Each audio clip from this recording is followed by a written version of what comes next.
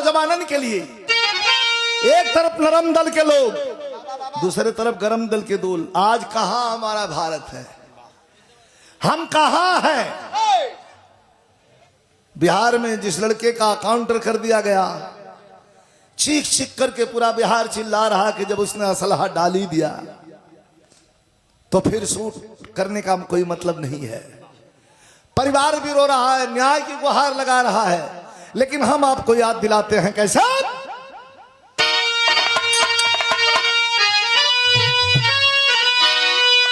तो आए कलम उन शहीदों की जयकार कर,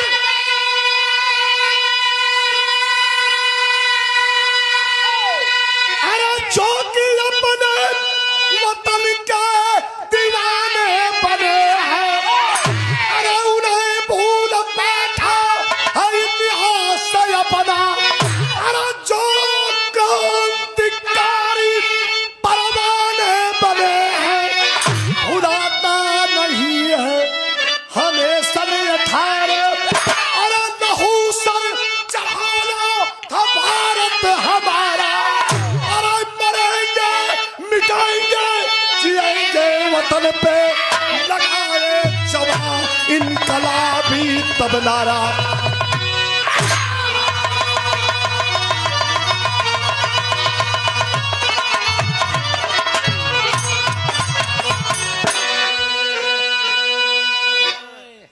ए भैया, मरेंगे मिटेंगे जिएंगे वतन पे, लगाए जवां इनकलाबी तुम नारा। यही से गीत चलती है। 18 साल 20 साल 22 साल के बच्चों ने, एक तरफ भगत सिंह के फांसी ना, रामदेव उस्ताद गोलना, इसके बाद स्वर्गीय बेचन भाई, आहा, इतना हसमुख और इतना मिलनसार गवैया हम अपने केहू गवैया कैसनो गा के केहू ताने सना के अपन राग छेड़ ले रहा। बेचन भाई खड़ा हो तो उनके सेहत पर कौन असर, वो अपन बात बड़ी बेबाकी से कह के आदमी के अपने को खींच ले। बेचन भाई गौलो आए थे, हम गौली केहू के पास सिखाने में ना। अब तो खैर यूट्यूब का जमाना बाजुए सीखा, अब भाई लोगों का ऐसा कृपा है कि काल है वो पुरान हो जाएगी। लेकिन आनंद लीजिएगा, प्रस्तुति माने रखती है क्या कि एक तरफ भगत सिंह की फांसी पूरे हिंदुस्तान को झकझोर के रख दिया था, दूसरे तरफ सबसे कम उम्र का नौ लड़का मात्र 16 साल की उम्र में खुद्दीराम बोस को जब फांसी चढ़ाने के लिए अंग्रेज ले जाने लगे तो रोने लगा। अंग्रेज कहना, क्यों रे लड़के, बड़ा शौक था ना बम बारूद से खेलने का, क्यों आंसू गिर रहे हैं तेरी आंखों से? रोने लगा। कहा इसलिए नहीं रो रहा हूं कि फांसी पे चढ़ जाऊंगा, अरे रो तो इसलिए रहा हूं कि जिस काम के लिए इस धरती पे जन्म लिया था वो काम अधूरा रह गया। धरती को आजाद करवाने आया था, बिना आजाद करवा के ही जा रहा हूं। लेकिन याद रहे, दोबारा जन्म लेकर के आऊंगा, तुम्हारे सीने में बारूद भर दूंगा सालों। ये कैसा भाव था उनके अंदर। लेकिन लड़िकवन जब गोली चला लगल अंग्रेजन का, अब पागल बन के गोली चला रहे थे। 18 साल 20 साल 22 साल के बच्चे गोलियों का सामना कर रहे थे और यही कह के आगे बढ़ रहे थे क्या?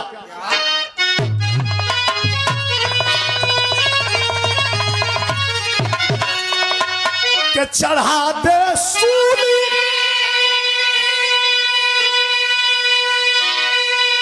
के चढ़ा दे सूली, अरे गले डाल दे जंजीर भले, अरे चढ़ा दे सूली, गले डाल दे जंजीर भले, अरे वतन की लाज बचाने वतन के बीच चले।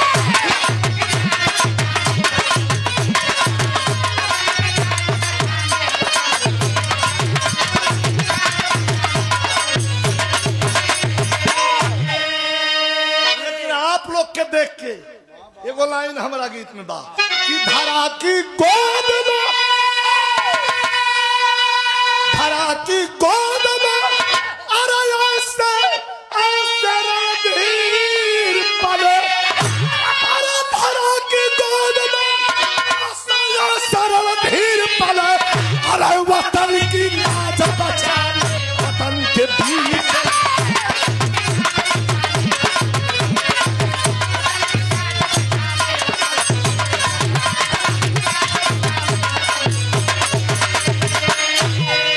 बच्चे चले थे, ये कह के चले थे कि सुनो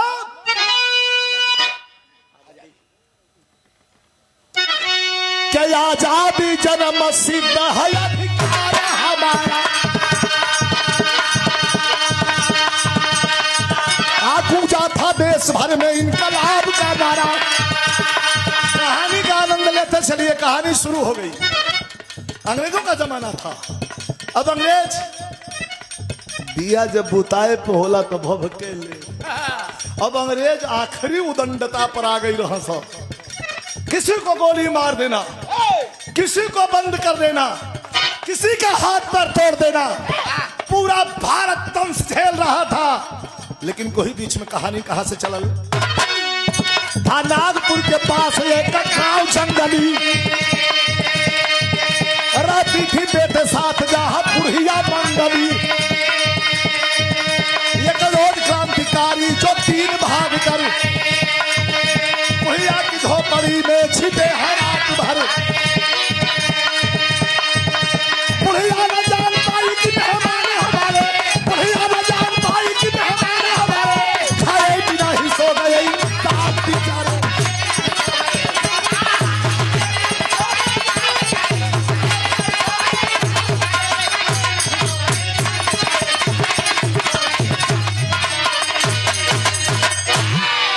कहानी स्पष्ट हो गई। नागपुर के नदी के किनारे अपना खेत में घर बना के बुढ़िया माई अपना एगो बेटा के लेके और डर के मारे, सिपाही के अंग्रेजी पुलिस के डर के मारे वही खेतवे में लड़का के लेके रहतिया। रात्रि का लड़का खेत अगोरता दिन खमाई करा के सेवा करता। एक दिन क्रांतिकारी जो 3 भाग कर, यही विरह का मेन पॉइंट है। रात को 11 बजा है और 3 अजनबी बुढ़िया की झोपड़ी में घुस गए। तो बुढ़िया न जान पाई कि मेहमान हमारे, खाए बिना ही सो गए इंसान बेचारे। और में सुतल बिया बुढ़िया माई 70-72 को उम्र है। सोचतिया कि केहू का लड़का, भैया बोली मत धीरे से, केहू का लड़का बाणा सा आइल बाणा सा, तीनों के का पता के हो, लेकिन आपसे हम बताओ तो नहीं के रहे। राजगुरु सुखदेव और चंद्रशेखर आजाद। बुढ़िया माई के नहीं पता, लेकिन मने मने सोचतिया। देखिए तर्ज कर रहा है कितना बढ़िया बा मास्टर बा।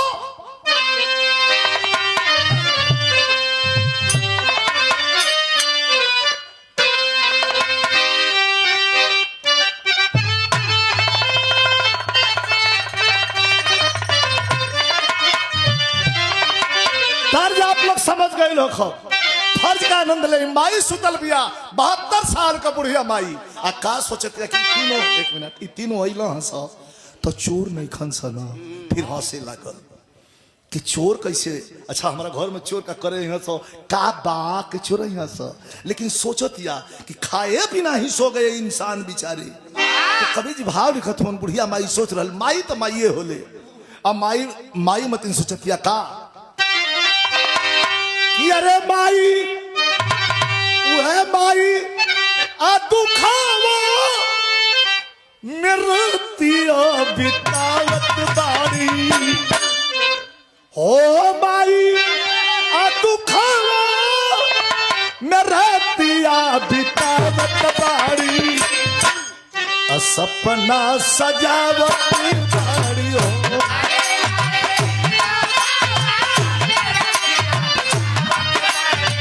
भर के बेटा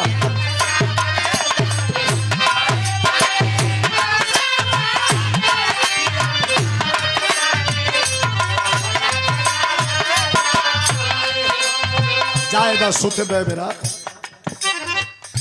हूत सबेरे करब माई सोचतिया हो तू सबेरे करब अरे ममता दुलार हो अरे कवनो चमनवा कहो बहार हो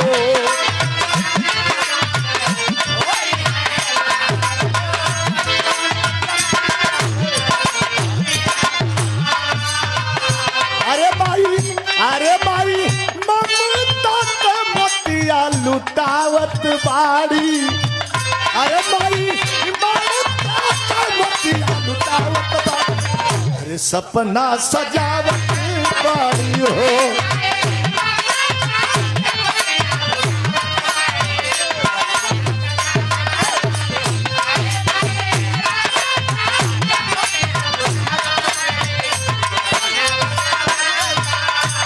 लड़का खेत में बा 1 किलोमीटर दूरी पर बुढ़िया माई का जवान बेटा सूरज सोचत कि जाए दे मेरा सुते दा 11 बज गइल बा अस्कत बरतिया सवेरे कुछ खिया के दे जाए सवेरे जागे में लेट हो गई भोरहरिया में नींद लग जाली यह पॉइंट बड़ा सुंदर है हाथ हाथ सवेरे माई अंगना बहारेली जाई के दलनिया में अपन निहारेली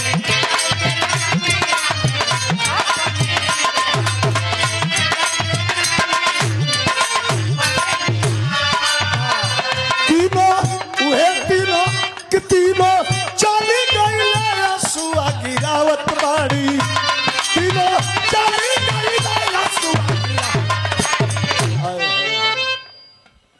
देखी ना पश्चाताप किरतिए खा कुछ खिया पिया दिल रहती ना पता हित ना तरल ह कि के रल ह 3 गो रल ह सा उत्तराज गुरु सुखदेवा चंद्रशेखर अंग्रेज पीछा करे रहन स नदी तैर के आके वही 4 घंटा बिता के अब भोरवे में भाग गई लोग अंगना अपन झाड़ के द्वार धीरे धीरे बाहर तड़ी माई अतौले अंग्रेजन का दरोगा खन्ना बहुत खूंखार 6.5 फीट की लंबाई चेहरे पर घनी मूछ लाल लाल सुर्ख आंखें पिस्टल लिए और 4 सिपाहियों के साथ आकर के बुढ़िया के दरवाजे पर अपनी अंग्रेजी जीप खड़ा कर दिया गनगन गनगन माई मंगली कांपे लगल कि ये साहब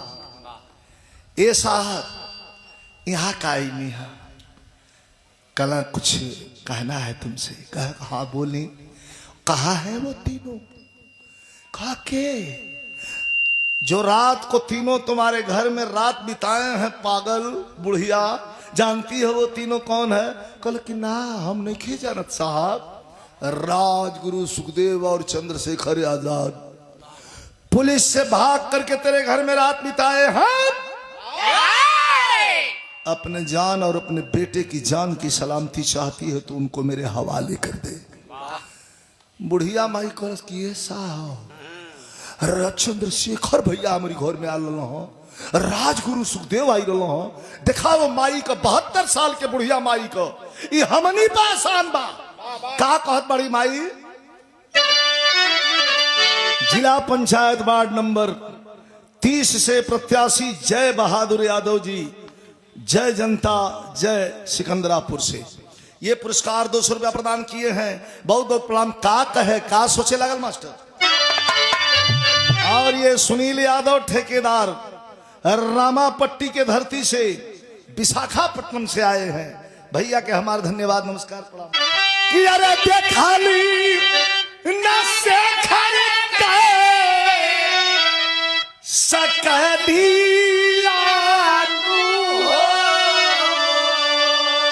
अब बुढ़िया बोलल भी दखा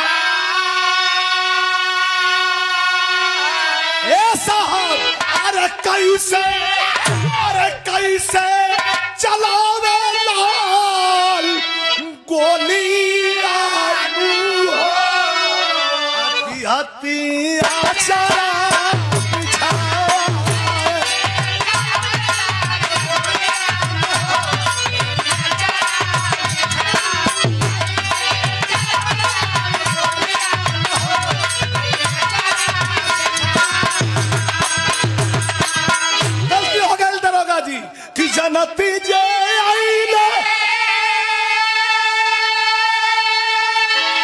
चलने रहती कि जनती जे आईले चंद्रशेखर पाया रानी तो दूधावा पियावती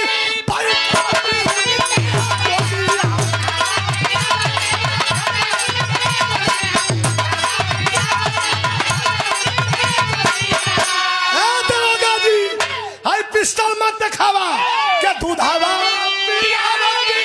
बैठावती उनके गोदी अरे भाला चल छाती पर तू डालिया चल छाती पर तू डालिया हो बेटी ममता लुटा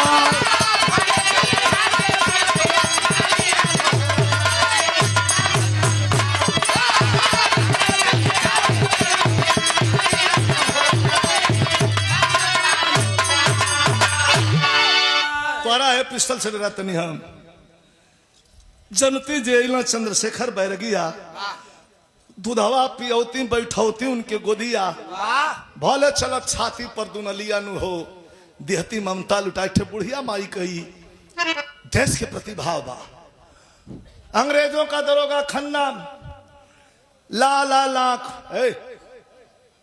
ला ला लाख के दौड़ के जीप में से कोड़ा उठा ले हलस कोड़ा कौन है इतनी बड़ी बड़ी स्टील का कील निकल रहे मार के लपेट के खींच दा तो एक तो चाम खींच ली उहे कोड़ा लेके दौड़ल कहे कि अरे हराम जादी बुढ़िया तो बूढ़े बच्चे नौजवानों के सीने में क्रांति भर रही है बागी बन गई है तुम उठौला सा कोड़ा मास्टर तो भाव बीच वाली से ले ले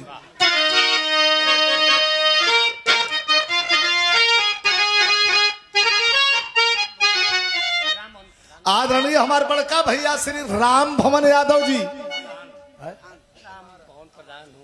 अच्छा हाल होगा हमारे प्रधान जी बाढ़ूबान से राम भवन प्रधान जी कहाँ हैं अच्छा अच्छा हमारा प्रणाम स्वीकार करें प्रधान जी सोचत या बड़ी मौके का बात आई लाइल है और दरोगा का कैलस कह रहा कर देखा तो क्रोधित भय दरोगा अरे उस बार बन के मुदाई कोड़वा से करने लगा वार बन के मुदाई कौन बात नहीं खे लाइट डिस्टर्ब एकदम शांति बनले रही हम काम चालू रखे बनी लेकिन बुढ़िया माई का आंचल लो मेरा नायल हो माई यही धारा पिया के खातिर भाई घायल हो अरे चला दिया दरोगा बन के मुदाई बुढ़िया बेहोश भाई लाचार बन के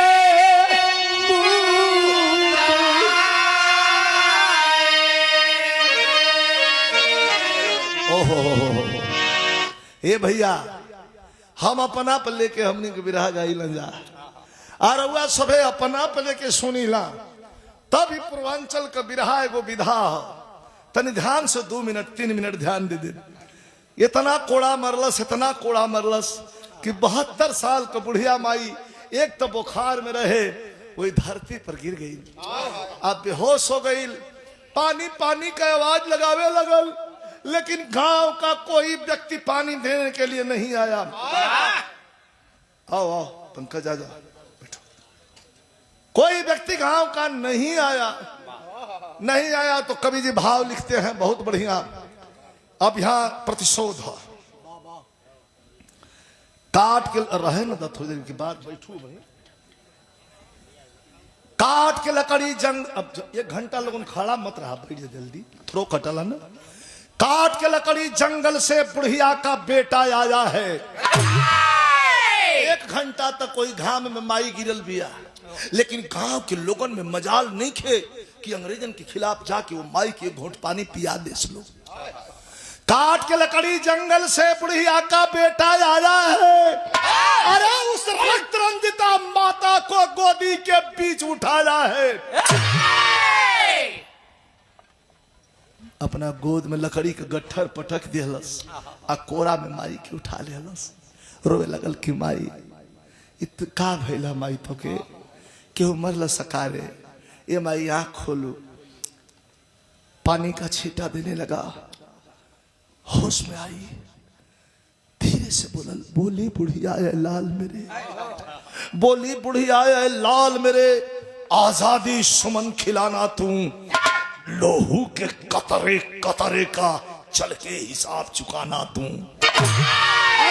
बेटा दुनिया के अंदर, बेटा दुनिया के अंदर समझो के है ईमान वतन, प्यार से प्यारी मातृभूमि, या समझो के भगवान वतन। मरते मरते 72 वर्ष की माँ बुढ़िया अपने बेटे के सीने में क्रांति का बारूद भर देती है। बेटा मैं तो जा रही हूँ, रोवे लगल, कहलस की नाही माई हमरा के छोड़ के मत जइया, तू जहाँ जइबू हमरो के अपने संग ले चलिया, तोहरा बिना हमार के बीरस के बिरहा में करूँ इसका पॉइंट बा, तोहरा बिना हमार के बा। डांट करके आंख लाल लाल करके बुढ़िया कहती है बेटा मैं तो जन्म देने वाली माँ हूं, लेकिन फर्ज तेरा अधूरा है। हजारों माताओं ने जन्म देकर के अपने बेटों को छोड़ दिया है, एक माता को आजाद करवाने के लिए, वो है भारत माता। और आज से तुम्हारा कर्तव्य बनता है, इस माँ को छोड़ दो, उस माँ के लिए जीना होगा, उस माँ के लिए जीना होगा। इतना कहते कहते अतले माई का प्राण छूट गया। गोद में उठाया, केहू गांव का नहीं खेया, डर भय देखिए कितना भय में हमनी के जियत रही जा।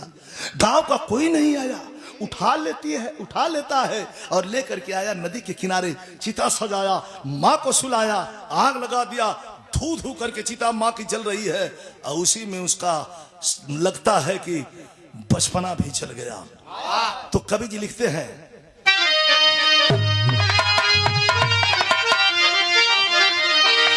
कि अरे बगावत वाली आधी जब चली, अरे बगावत वाली आधी जब चली, अरे बाजा बिगुल क्रांति का झूमा कहानी।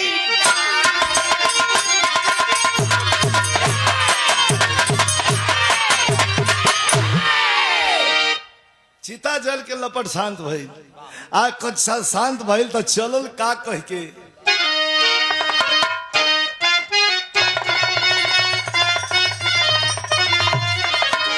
हमारा गुरु जी के जमाने में तर्ज गवात रहे, अगर बिरहा में कोनो लेडीज ना रही, अपने में लोग लहायल है।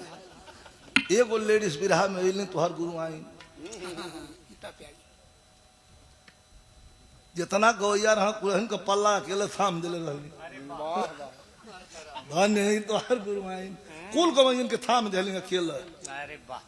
हमार तो खैर पत्रकार आयल पूछलस कि, पत्रकार पूछल कि लेडीज में पहले शुरुआत हमका भैया प्रतापगढ़ की उमा बैरागन, ओकरे बाद ये जौनपुर की विद्या भारती, उसके बाद गीता त्यागी, उसके बाद अनीता राज, उसके बाद रजनीगंधा, उसके बाद आप चल रही हैं।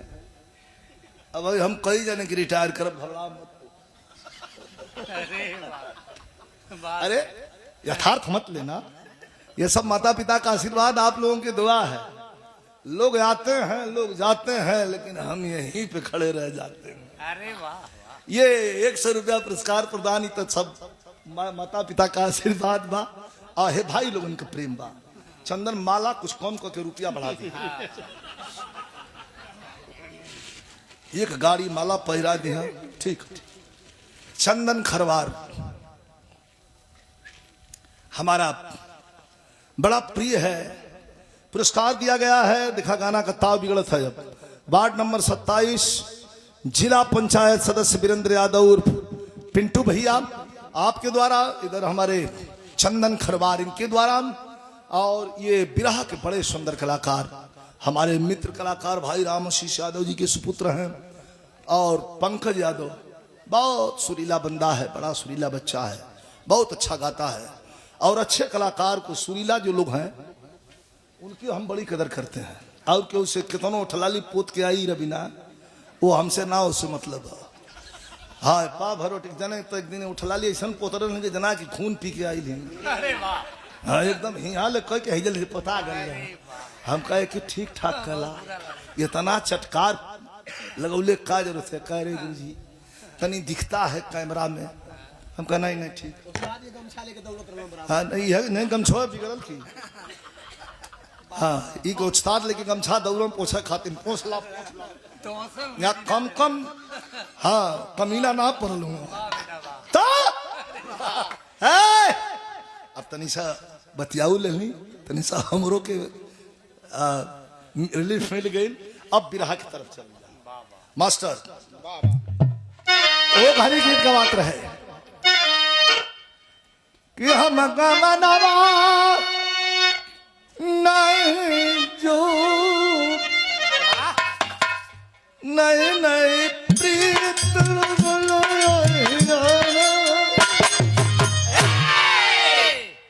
ये तो कौनो कहले रह, लेकिन कौनो का कहले रह कि हम गवनवा कहिया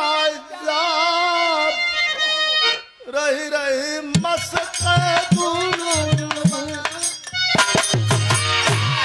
शर्म ना आवत। हम मुंह में चबात हैं तू सोझा कर। अरे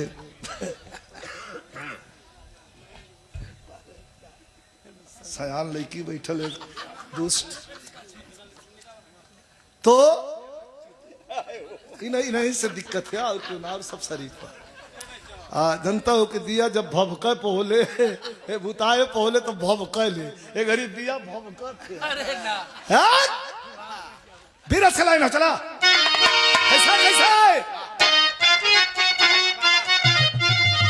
माई के चिता में आग लगा के माई का जब चिता जल गई तो कह के चलल की तरह ही ना होई कि हम तूफान आवाज करे पे। अरे हम तूफान आवाज करे पे, अरे हम तूफान आवाज करे पे। चाहे रही हया चाहिए हम तूफान आवाज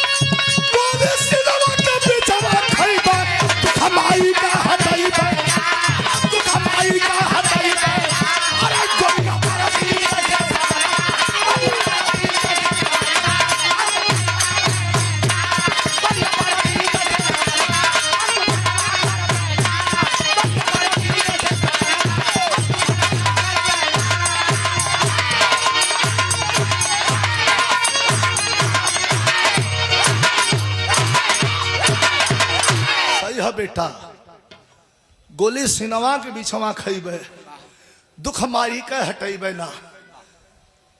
खन्ना दरोगा का खैरियत नहीं मारूंगा उसको। हाथ में पिस्टल लिया, बैठ जा भैया। चंद्रशेखर आजाद के खेमे में पहुंचा और जाके कहलस के भैया सुना तो अनल लोग हमारा घरे जाके रात बितौले रहा, ऐसे हमारे माई के मार दिलस खन्ना दरोगा। चंद्रशेखर आजाद राजगुरु सुखदेव कहलन कि तो हमनी का मदद कर सकल जला, कहा कुछ ना, हथियार नहीं खे, हथियार दे दा जा और तो हमको मदद की जरूरत ना। 6 गोली लोड करके और पिस्टल हाथ में चंद्रशेखर आजाद थमा दो, कल जवान हो क्रांति के आग में कूद जाओ। लेके वह पिस्टल जाके एगो गांधी झोरा लेके झोरा में धो के आ कुर्ता पैजामा पहन के टोपी, आखिरी लाइन हबी रहा के तनी गौर करेंगे, टोपी लगा के और खन्ना दरोगा के बंगला के सामने खड़ा बा, आवता जाता। खन्ना दरोगा बुलेट लेके आई, रोक लिया गाड़ी, तारे लड़के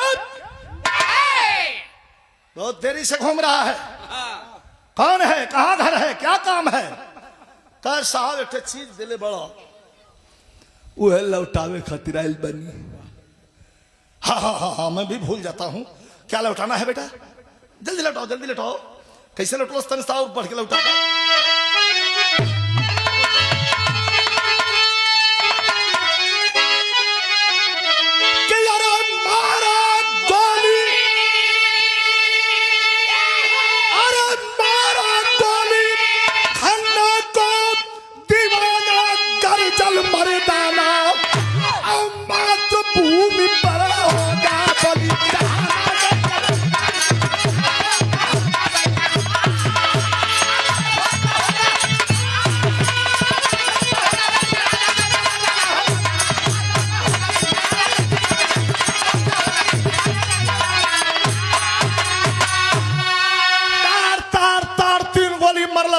वही बुलेट पर से उठंग गई नीचे, तब पीछे पड़ी अंग्रेजी फोर्स, अरे पीछे पड़ी अंग्रेजी फोर्स, वहां नागपुर में आया हो, चंपा बाई के कोठे पर जाके अलखा जगाया हो।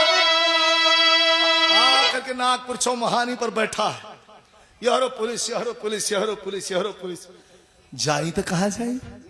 एक 3 तल्ला बिल्डिंग, दूसरे तल्ला पर तबला के थाप पर चंपा बाई को कोठा रहल, 3-4 जो है नर्तकियां नाच रही थी। उस समय कोठा का बड़ा प्रचलन रहल ना, नाच रही थी। धीरे से बहरे से सीढ़ी गई रहल, वह सीढ़ी पर चढ़ल और चढ़ के जाके चंपा बाई के पीछे बैठ गल। चंपा बाई कहा रे बाबू सामने बैठो, तब धीरे से कहला कलश की माई बन के का चंपा बाई से कहता, वहां कोठा के मालकिन से, वो 65 पार की उम्र बा, कहा कि माई बन के दैदा हमें ठिकाना कर जल मर्दाना और देश का कारण छोड़ दो।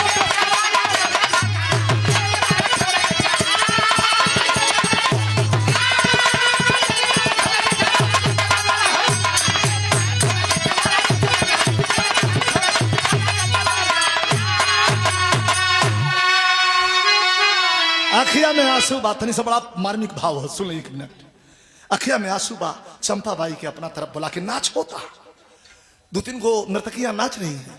अब वही घड़ी कहलस की हमारा माई के खन्ना दरोगा मार दिलस, वही का बदला लेवे खातिर हम खन्ना दरोगा के मार के भागल बनी।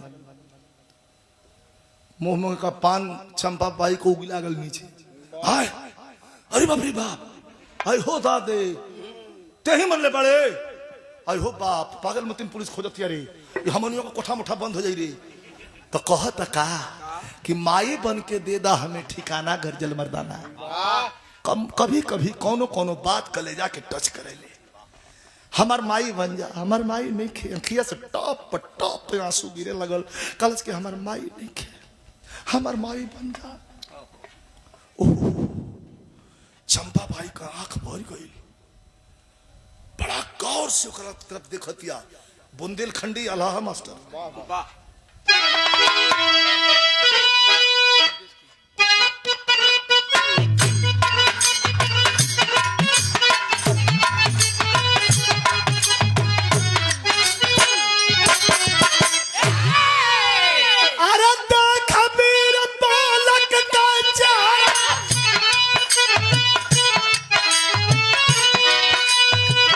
कबीर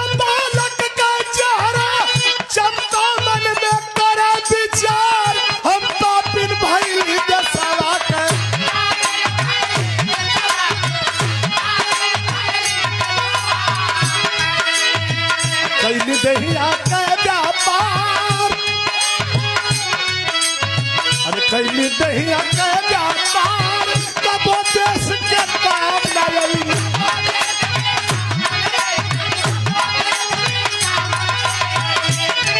अरे कबो देश के काम न आई, ऐसा जीवन का धिक्कार अब न बनी तबला कोठे पर।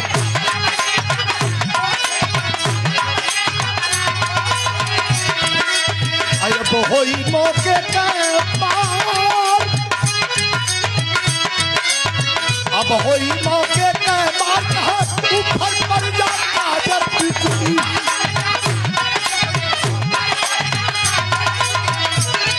अरे ऊपर पड़ जाता जब बिजली, ऊपर पड़ जाता शौक से आता अपना बनी तबला को।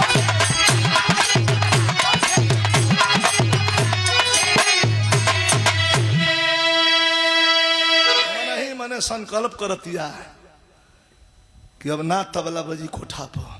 देखें ये मन है, एक कोनो ठीक नहीं खे, हवा से भी तेज हो। जहाज उड़े ले तो 2 घंटा 10 मिनट में बंबई पहुंचावे ले, चेन्नई पहुंचावे ले, गोवा 3 घंटा 2.5 घंटा में पहुंचा दिले, बनारस बाबतपुर एयरपोर्ट से। लेकिन मन अबे बंबई से घूम के आ गई। इससे रफ्तार कोई गति, मन से रफ्तार गति का वाहन दुनिया में कोई नहीं है। सबसे तेज गति मन का। चंपा बाई सोचे लगल को हमरो एगो जन्मे है। देख वीर बालक का चेहरा चंपा मन में करे विचार, हम पापिन भैली देशवा का कैली देहिया के व्यापार, कबो देश के काम न ऐली ऐसन जीवन के धिक्कार। अब न बजी तबला कोठे पर अब होई मौके के मार। पकड़ के गट्टा वो लड़का को लिया के जवन बात तो अंदर केवाड़ी खोल के भीतर बंद कर दलस, खाना दे दिलस, खो बारे आए कहे बंद करो ये सब आना गाना।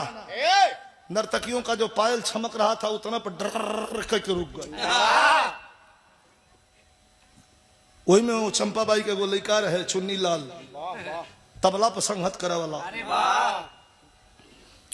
उस्ताद जी सरंगी वाले के बगल में बैठा है।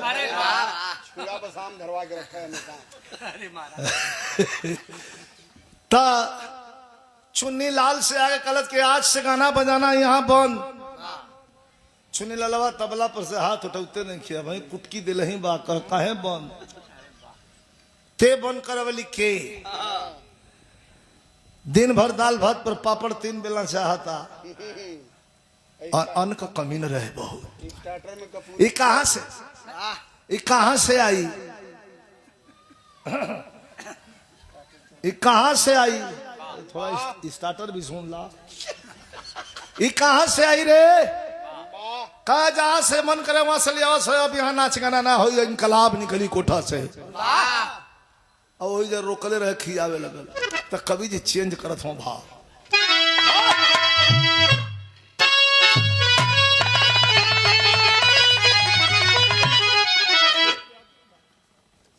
बड़े भैया डॉक्टर साहब श्री आलोक यादव जी हमारे अखिला के बड़े भाई कहाँ बनी?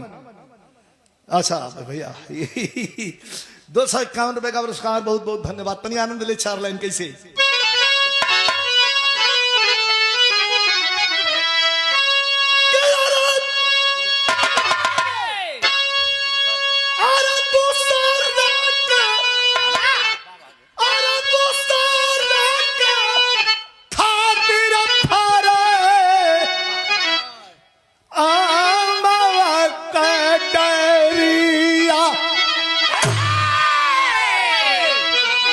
दूसरे के खातिर बहल गंगा जी का धार।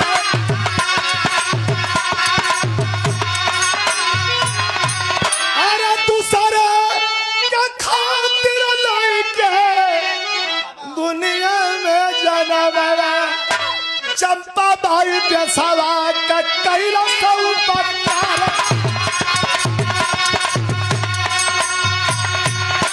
अब यही जरा रहा बेटा, वो जो रहे लगल 6 दिन बीतल बा। अतले चंपा के बेटा जवन चुन्नी लाल रहल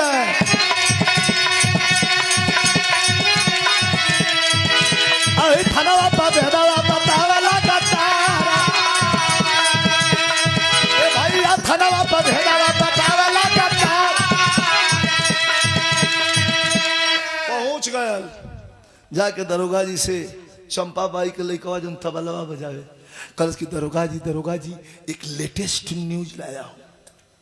कह बको क्या न्यूज है? का न्यूज ही है कि जो लइकवा खन्ना दरोगा के मरले रहे, दरोगा जी कुर्सी छोड़ दो। हाँ कहना हमारे घरवा में कोठवा पर माई रोज बासी भात पर के बिना हम कुछ कहा साहब इनाम मिली कि ना मिली? दरोगा मरलस 5 गोजी बस भूख हो गई। कह साहब हम तो आपके बतौलनी हो हमरे करुआ मारता नहीं। कहा कि यही ना पुलिसिया हाथ है साले। कैला का दरोगा के चुन्नी के दरोगा बंद कैले कोठारी में, भैया चुन्नी के दरोगा बंद कैले कोठारी। अब चली भैया अपने चंपा बाई के दुआ, भैया चली भैया अपने चंपा बाई के दुआ। सूरज के भोजनवा करावत हली चंपा, भैया सूरज के भोजनवा करावत हली। अब पूछला दरोगा कहा बेटावा तो, पूछला दरोगा कहा बेटावा तो। वही सूरज के आपन बतावत बा सुगंधवा, भैया सूरज के आपन बतावत बा। भैया भेदवा सब अधिका दरोगा होशियार। के बंद कर दिया। बड़ा क्रिटिकल पॉइंट है, गौर करिए। चंपा बाई के बेटा के बंद कर दिया चुन्नी लाल के। आगे न 4 गो सिपाही लेके कोठा पर आ वही घड़ी रंगे हाथ पकड़ रहा सूरज के अपना हाथ से भोजन करावत रहे चंपा बाई। हंस के दरोगा कहना कह रहे चंपा तेरा बेटा कहाँ है? तो कह कि ये हमारा लड़का हंसा है। तो एगो और बा जेलवा में बंद कैले बनी वो तो के अपन माइक आप साहब क्यों कहो हमार तो ये के लड़का कला ऐसे ना होई कहा तब कैसे हुई? तो चंपाया सूरज के लेके आइए थानावा पे, भैया चंपाया सूरज के लेके आइए जेलवा से चुन्नी के ले आला निकाल। चुन्नी लाल के जेल से निकाल दे। कहला कि वो तो लड़का है तो ये क्या? चुन ललवा अपन भचकत वही में से निकल ऐसी माई बहुत मरले मानुस माई मने मने गरियाव था कि दोगलुआ के कहला ठीक करो सो ए माई कहले भैया तोहार कहाँ घर है? चंपा भाई पूछा ए भैया तोहार कहाँ घर है बाबू? के कर लड़का रोहे लगल कल की माई बिना बेजा के 5 गोजी मरल सब। आ ये तरह कह देवी कि हम सचो ना तो लड़का है तो साला क गोजी मारी गिनी ना रे माई। ए माई कह दे कि हम तो लड़का है। ये भैया इनके इलाज की जरूरत है, कुछ मेंटल हो इनके ले जाए इलाज करवाएंगे। हमारा लड़का सूरज के सर पर हाथ फैला फेर के कहते ही है हमारा लड़का है। दरोगा कहा कि चंपा बाई ज्यादा होशियारी करने की कोशिश मत करो। दूध का दूध पानी का पानी करने मुझे आता है। कहता साहब कह ले दूध का दूध पानी का पानी तो का करता दरोगा? तो ले देख के पिस्तौल तब दरोगा का है बतिया, भैया देख के पिस्तौल तब दरोगा का है बतिया। कहे अपन बेटा छोड़ दूसरा के दे बीमार। दोनों को खड़ा करवा दिया दरोगा। कहा जो तेरा बेटा है उसे छोड़ दे, जो तेरा बेटा नहीं उसे शूट कर दे। आफत में परनवा परल चंपा का पाप के बचाए की धर्मवा का डार। सोच में पड़ गई कि आय हूँ बाप अब का करी। पसीना पसीना कहा पसीना क्यों निकल रहा है? पहुंचले पसीना और 5 तक गनूंगा। तेरी गोली चली तो ठीक, अगर तेरी गोली नहीं चली तो अंग्रेजी गोली चलेगी, तुम तीनों की खोपड़ी उड़ा दी जाएगी। अब बड़ा बुरा भइल। काउंटिंग शुरू कर दिया है 2 अल्ले के पिस्टल हाथ में भैया लेके पिस्टल हाथ में सोचती है चंपा बाई और बढ़ जाए।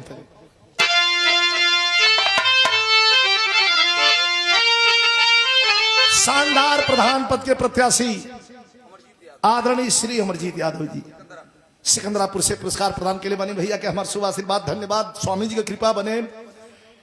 सब भजन के प्रणाम। बात तरी से 2 लाइन रहा बात, 2 लाइन ध्यान से सुनो।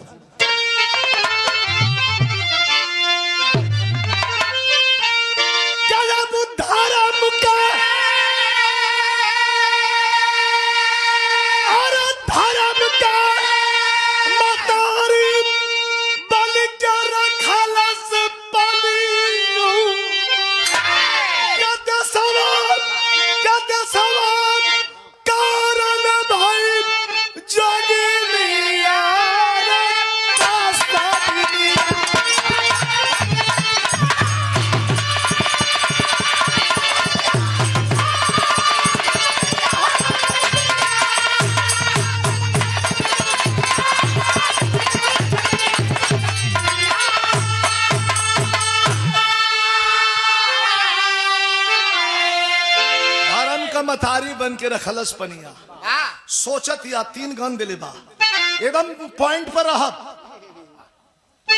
का सोचत हो सोचे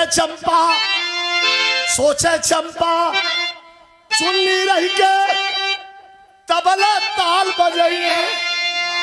अगर अपना लड़का चुन्नी लाल के छोड़ दे तई तबला बजाई दिन भर ये पान बीड़ी सुरती सिगरेट निरोध बेची बट मत दबा अरे ब्लैक में बेचे हुआ जे भुला जाए पान बीड़ी को के ब्लैक में बेचे। अच्छा ज्यादा करे बाद कंपनी भी बताओ लगे हमने पूछा सोचत या यहाँ मौत जिंदगी सामने खड़ी हो तो यह लौकल है सोचे चंपा चुन्नी रही के तबला ताल बजाई है। अरे सूरज बेटा रही के हमारा देश प्रेम देखा लई है मरल सचुन्नी क्या जोगिनिया रे कसबिनिया है कांप गई धरती की छाती जब वही 3 बोल के आगे बढ़ल अंग्रेजी अफसर अतरे तार तार तार 3 गोली अपने बेटा चुन्नी लाल की छाती पर मार दिया। गोलियां लगते खा जोर से चुन्नी लाल चिल्लायल की आहिरे माई हमके मार देली माई करे माई हम सोचा हूं तुर बेटा ना है कारे ममता का सागर छलक गया आंख से आंसू गिरने लगे मिजाज गर्म हो गया पसीना पसीना हो गई। तो कहते हैं कभी जब माई कही के चुन्नी गिर गया चंपा तब घबराई अरे पुत्र की ममता सह न सकी गोली सीने में खाई कि माटी हो गई बदनी का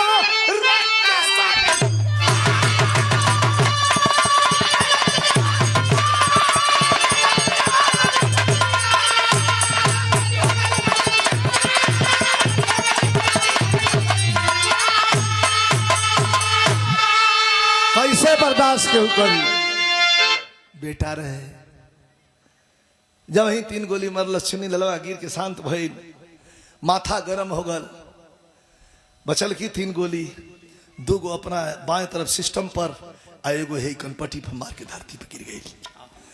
अंग्रेज दरोगा कंफ्यूज पूछ रहा रे लड़का सचमुच तेरी माँ है सूरज रोवता कलश के हाँ साहब ये हमारी माई ये है जितना प्यार हमार माई 22 साल में देहले हुई उतना प्यार ही खाली 12 दिन में दे देली हमके हमार माई है साहब। लाश दे दिया दरोगा नहीं पकड़ पाया ये आजादी का स्वर्णिम इतिहास रहा। बढ़ चढ़ करके माताएं बहनों ने कोठे की नृत्यांगनाओं ने भी बढ़ चढ़ करके हिस्सा लिया और अंग्रेजों का दांत खट्टा किया इसलिए देश आजाद हुआ। आज आजादी का नाजायज फायदा कौन उठा रहा है इस पर बोलूंगा तो विषयांतर हो जाऊंगा। अंतिम भाव है गुरु बिहारी गुरु राम लाल की लीला।